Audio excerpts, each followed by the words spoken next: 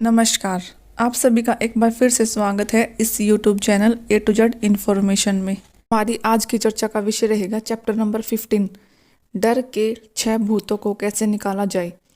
चलिए शुरू करते हैं। दौलतमंद बनने के लिए दिमाग खाली करना। इससे पहले कि इस फिलॉसफी के किसी हिस्से को आप सफलतापूर्वक प्रयोग में ला सकें, आपका मन इसे प्राप्त करने के लिए तैयार होना चाहिए। तैयारी कठिन नहीं है। यह उन 3 शत्रुओं के अध्ययन, विश्लेषण और समझ से शुरू होती है जिन्हें अनिर्णय, शंका और डर को दूर भगाना होगा। छठी इंद्रिय तब तक काम नहीं करेगी जब तक कि वे तीनों शत्रु या इनमें से एक भी आपके दिमाग में बने रहेंगे। इस दुष्ट त्रिमूर्ति के सदस्य आपस में करीबी रूप से जुड़े हैं। जहां एक मिलेगा, बाकी के 2 भी आसपास ही मिलेंगे। अनिर्णय डर का अंकुर है। जब आप पढ़े तो इसे याद रखें। अनिर्णय शंका में बदलता है, फिर ये दोनों मिल जाते हैं और डर बन जाते हैं। अक्सर ये मिलने की प्रक्रिया धीमी होती है। यह भी एक कारण है कि ये तीनों शत्रु इतने खतरनाक क्यों होते हैं। वे अंकुरित होते हैं और बढ़ते रहते हैं और हमें उनकी उपस्थिति का पता तक नहीं चलता। इस अध्याय का बाकी का भाग उस लक्ष्य का वर्णन करता है जिसे हासिल किया जाना चाहिए। इससे पहले कि पूरी फिलॉसफी का प्रैक्टिकल प्रयोग किया जाए, यह उस स्थिति का भी विश्लेषण करता है जिसमें बहुत सारे लोग गरीबी में सिमट गए हैं, और यह वह सच्चाई बताता है जिसे उन सभी लोगों को समझ लेना चाहिए जो अमीर बनना चाहते हैं, चाहे इसे धन के संदर्भ में मापा जाए या मानसिक अवस्था के संदर्भ में, जो धन से अधिक मूल्यवान होती है। इस अध्याय का उद्देश्य है 6 मूलभूत डरों के कारण और इलाज पर ध्यान केंद्रित करना। इससे पहले कि हम किसी दुश्मन को जीत सके, हमें उसका नाम, उसकी आदतें, उसके रहने की जगह का पता होना चाहिए। जब आप पढ़ें तो सावधानी से विश्लेषण करें और यह निर्धारित करें कि इन 6 आम डरों में से कोई आपके साथ तो नहीं जुड़ा हुआ है। इन सूक्ष्म शत्रुओं की आदतों से धोखा न खाएं। कई बार वे अंतर्मन में छुपे रहते हैं, जहां उन्हें खोजना मुश्किल होता है और उन्हें स्पष्ट करना तो और भी मुश्किल होता है। 6 मौलिक डर। कुल 6 मौलिक डर होते हैं जिनके किसी सामंजस्य के कारण हर इंसान कभी न कभी दुख उठाता है। जिन्हें सभी 6 डर नहीं सताते, ऐसे अधिकांश लोग भाग्यशाली होते हैं। ये डर हैं: गरीबी का डर, आलोचना का डर, बुरे स्वास्थ्य का डर, प्रेम के बिछोह का डर, बुढ़ापे का डर, मौत का डर। बाकी सभी डर कम महत्वपूर्ण है। उन सभी को इन 6 शीर्षों में शामिल किया जा सकता है। डर मानसिक अवस्था से अधिक कुछ नहीं है। किसी की मानसिक अवस्था को नियंत्रित किया जा सकता है और उसे दिशा भी दी जा सकती है। इंसान तब तक कुछ नहीं बन सकता जब तक कि उसके मन में किसी संवेग के रूप में इसका विचार न आए। इस वक्तव्य से एक अधिक महत्वपूर्ण वक्तव्य निकाला जा सकता है कि इंसान के विचार संवेग तत्काल अपने आप को अपने भौतिक रूपों में रूपांतरित करना शुरू कर देते हैं, चाहे वे विचार स्वैच्छिक हों या अनैच्छिक।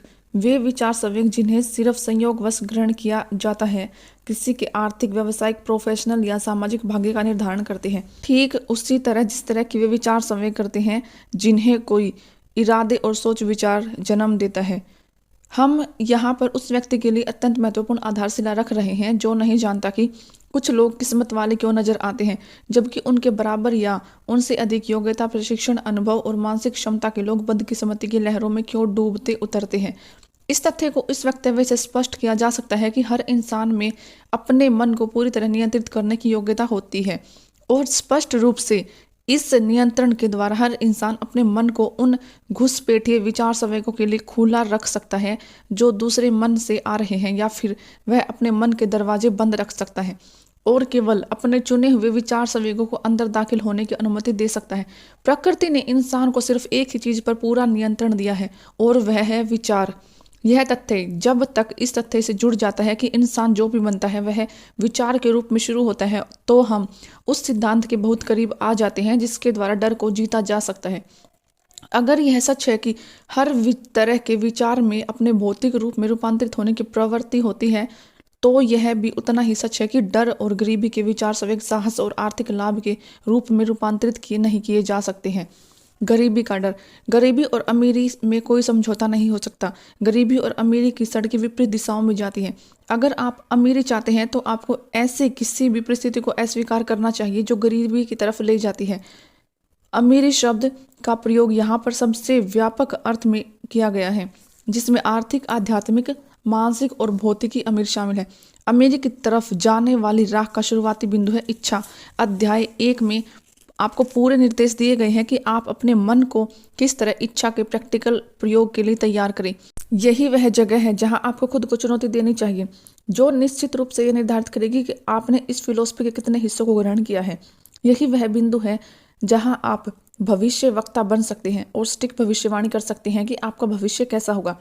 अगर इस अध्याय को पढ़ने के बाद आप गरीबी को स्वीकार करने के इच्छुक हो तो आप गरीबी को स्वीकार करने की मानसिकता बना सकते हैं।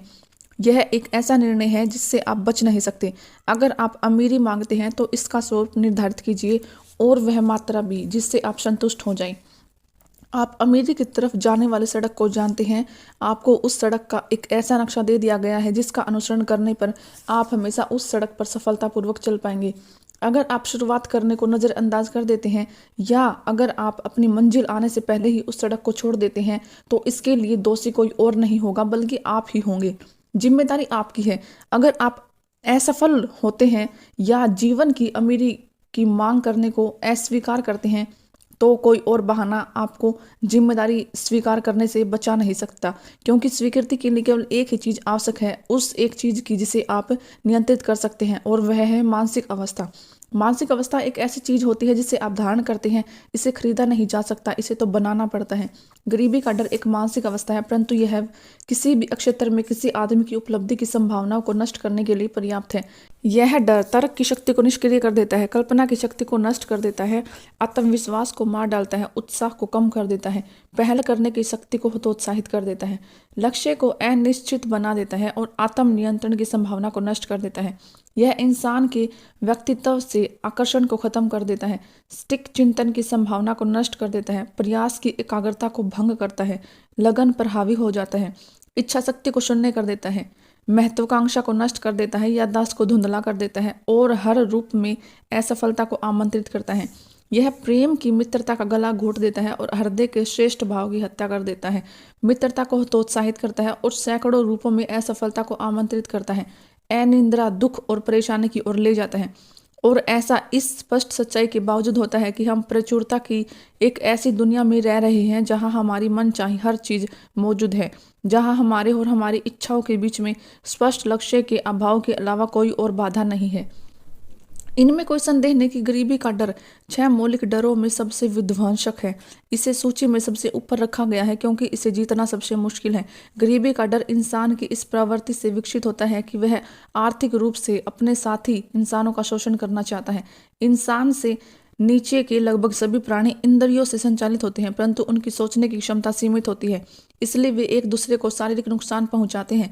इंसान में विचार और तर्क की क्षमता होती है और वह श्रेष्ठ होता है, इसलिए वह शारीरिक रूप से अपने साथियों को नहीं खाता, परंतु वह आर्थिक रूप से उन्हें खाने में अधिक संतुष्टि का अनुभव करता है।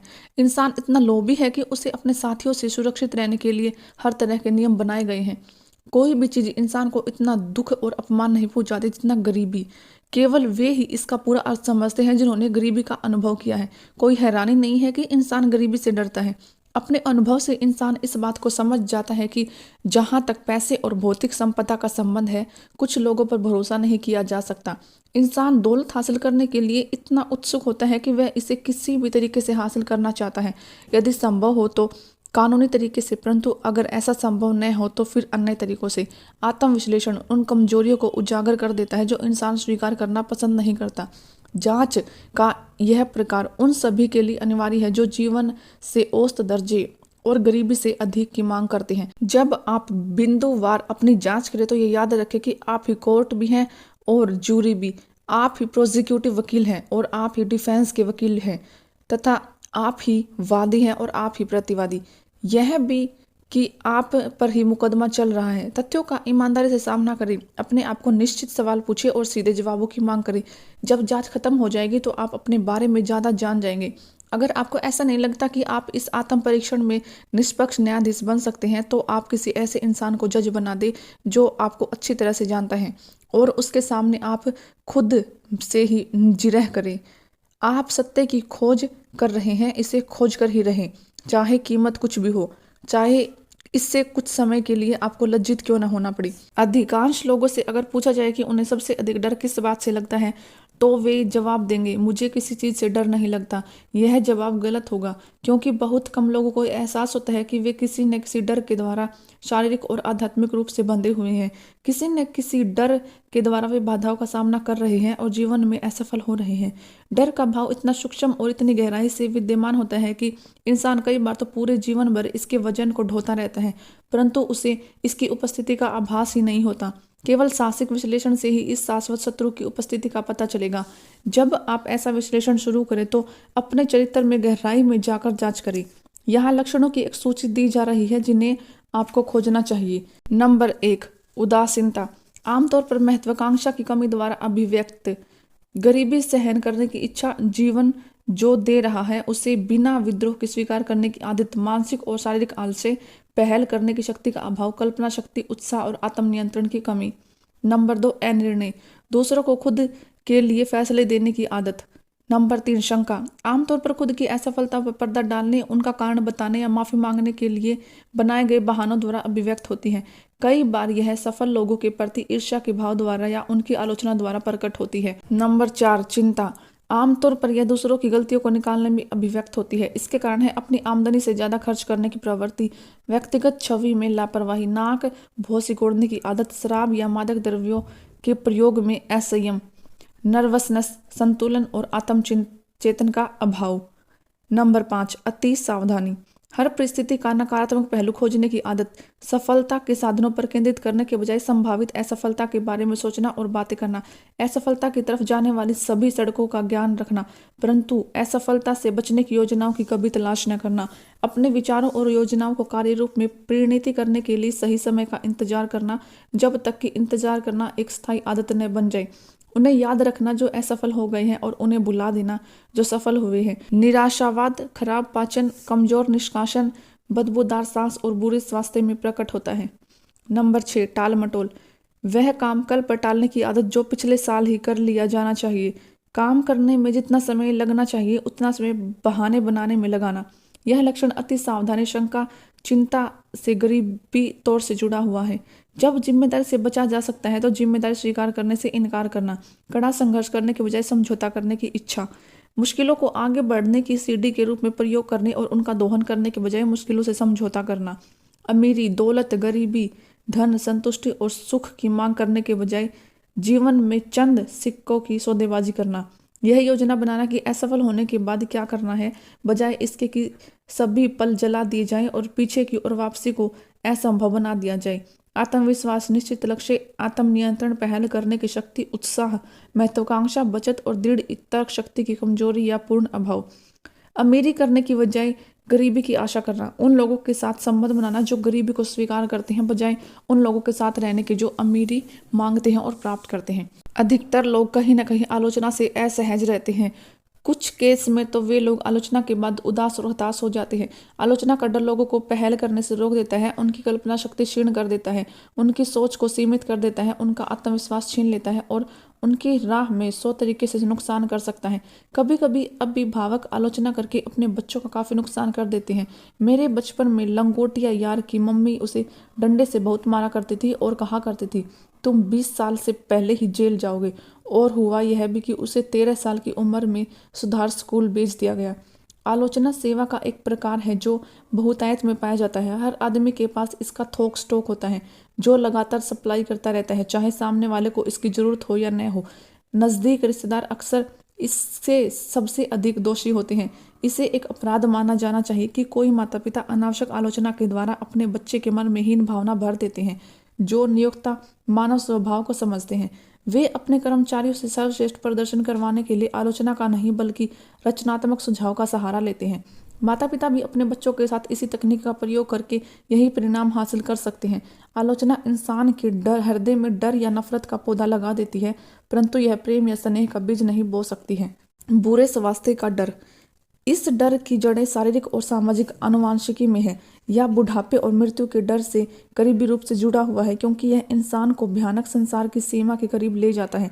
जिसके बारे में इंसान कुछ नहीं जानता, परंतु जिसके बारे में उससे कई दर्दनाक कहानियां सुनाई और सिखाई गई हैं। यह विचार भी आम है कि कुछ धूर्त लोग बुरे स्वास्थ्य के डर को जिंदा रखकर हेल्थ बेचने के धंधे में भी लगे हुए हैं। मुख्य तौर पर इंसान बुरे स्वास्थ्य से इसलिए डरता है क्योंकि उसके दिमाग में इसकी भयानक तस्वीरें मौजूद हैं कि मृत्यु के बाद क्या होगा। वह इससे इसलिए भी डरता है क्योंकि इसके बाद आर्थिक नुकसान भी भुगतना होगा। एक प्रसिद्ध डॉक्टर का अनुमान है कि डॉक्टरों के पास आने वाले 75% लोग दरअसल हिप्पोकॉन्ड्रिया के शिकार होते हैं, यानी उनकी बीमारी काल्पनिक होती है। सिद्ध किया जा चुका है कि बीमारी का डर, चाहे वहां पर डर का कोई भी कारण न हो, अक्सर उस बीमारी के शारीरिक लक्षण उभार देता है। मनुष्य का मन कितना शक्तिशाली है, यह या तो बना देता है या फिर मिटा देता है। कुछ साल पहले प्रयोगों की एक श्रृंखला से यह साबित हुआ कि लोगों को सुझाव के द्वारा बीमार किया जा सकता है। हमने इस प्रयोग को 3 परिचितों पर किया। हमने परिचितों को बीमारों से मिलने के लिए भेजा, जिनमें से हर एक ने यह सवाल पूछा, आपको क्या बीमारी है? आप बेहद बीमार दिख रहे हैं। आमतौर पर सवाल पूछने वाले व्यक्ति को बीमार ने जवाब दिया, अरे नहीं, मैं तो ठीक हूँ। दूसरे प्रश्नकर्ता को आमतौर पर यह जवाब दिया गया, मैं बुरी तरह बीमार नहीं हूँ, परंतु मुझे बुरा अनुभव हो रहा है। तीसरे प्रश्नकर्ता को आमतौर पर यह साफ साफ बता दिया गया कि वह सचमुच बीमार अनुभव कर रहा है। अगर आपको इस बारे में शंका है तो आप इसे किसी परिचित पर आजमा कर देखें। इस प्रयोग को अधिक दूर तक न ले जाए। एक धार्मिक पंथ है जिसके सदस्य अपने शत्रुओं से प्रतिशोध लेने के लिए हंसिंग तकनीक का इस्तेमाल करते हैं। वे इसे पीड़ित पर जादू करना कहते हैं। इस बात के प्रबल प्रमाण है कि बीमारी कई बार नकारात्मक विचार संवेग के रूप में प्रारंभ होती है। इस तरह का विचार संवेग एक मन से दूसरे मन में सुझाव द्वारा भेजा जा सकता है, या फिर वह व्यक्ति इसे अपने मन में अपने आप सोच सकता है। डॉक्टर अपने मरीजों को स्वास्थ्य लाभ के लिए विभिन्न स्थानों पर भेजते हैं क्योंकि मानसिक नजरिए में परिवर्तन आवश्यक है। बुरे स्वास्थ्य के डर का बीज हर इंसान के मन में रहता है। चिंता, डर, हताशा, प्रेम और बिजनेस के मामले में निराशा इस बीज को अंकुरित करती है और बड़ा करती है।